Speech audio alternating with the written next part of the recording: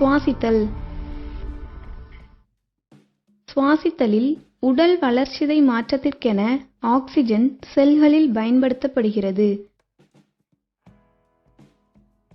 இந்நிகழ்ச்சியின் கழிவுப் பொருளாக கார்பன் டை ஆக்சைடு வெளியேற்றப்படுகிறது.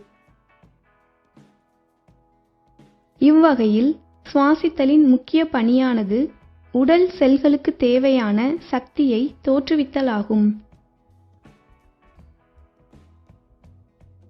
ஆக்சிஜனை பயன்படுத்தி குளுக்கோஸை வளர்சிதை மாற்றத்தில் சிதைப்பதால் செல்கள் சக்தியை பெறுகின்றன. செல்களுக்கு தொடர்ந்து சக்தி தேவை. உடல் செல்களுக்கும் நுரையீரல்களுக்கும் இடையில் ஆக்சிஜனையும் கார்பன் டை ஆக்சைடையும் கடத்துவதற்கென சிறந்த இரத்த சுற்று உறுப்புகள் உள்ளன. சுவாச முறை. மார்பறையில் ஏற்படும் அழுத்த மாற்றங்களால் உட்சுவாசமும் வெளிச்சுவாசமும் ஏற்படும்.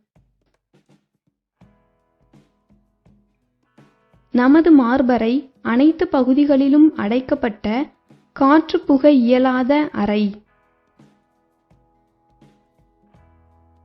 இதன் முன்புறம் மார்பெலும்பு, பின்புறம் முதுகெலும்பு தொடர், பக்கங்களில் விலா எலும்புகள், கீழ்ப்புறமாக உதரவிதானம் என அமைக்கப்பட்டுள்ளது.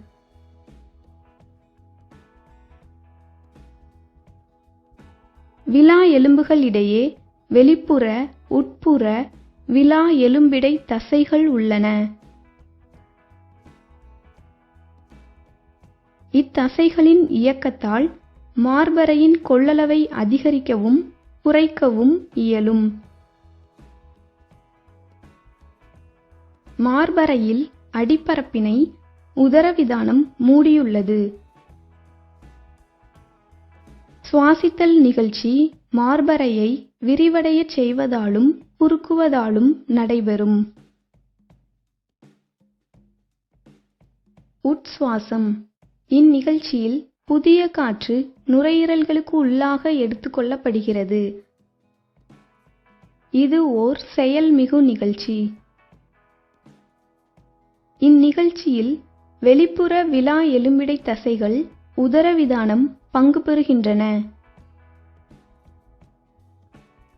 இயல்பான சுவாசத்தின் போது வெளிப்புற விலா எலும்பிடை தசைகள் சுருங்குவதால் விலா எலும்புகள் முன்புறத்தில் சற்று மேல் நோக்கி உயருகின்றன. இச்செயலால் மார்பறை பக்கவாட்டிலும் முதுகு வயிற்றுப்புற வாட்டிலும் பெரிதாகிறது. உதரவிதானத்தின் வட்ட தசைகள் சுருங்குவதால் மேல் நோக்கி உயர்ந்திருந்த உதரவிதானம் தட்டையாகிறது. இந்நிகழ்ச்சியால் மார்பறையின் மேல் கீழ் வாட்டில் கொள்ளளவு கூடுகிறது. மேற்கூறிய அனைத்து தசை செயல்களால் மார்பறையின் அளவு அதிகரிக்கும். இதனால் நுரையீரலினுள் காற்றின் அழுத்தம் வளிமண்டலத்தின் அழுத்தத்தை விட குறையும். இதனை ஈடு செய்வதற்கென வெளிக்காற்று காற்று பாதைகளின் வழியே நுரையீரலினுள் நுழையும். வெளிச்சுவாசம். உட்சுவாசத்தினை தொடர்ந்து வெளிச்சுவாசம் நிகழும். இது ஓர் மந்தத்தன்மையுடைய செயல். இந்நிகழ்ச்சியில் காற்று நுரையீரலில் இருந்து வெளியேற்றப்படும். இதற்கென மார்பறையின் கொள்ளளவு குறைக்கப்படும். நுரையீரலினுள் காற்றழுத்தம் அதிகரிக்கும். இச்சுவாசம் பின்வரும் இயக்கங்களால் ஏற்படும்.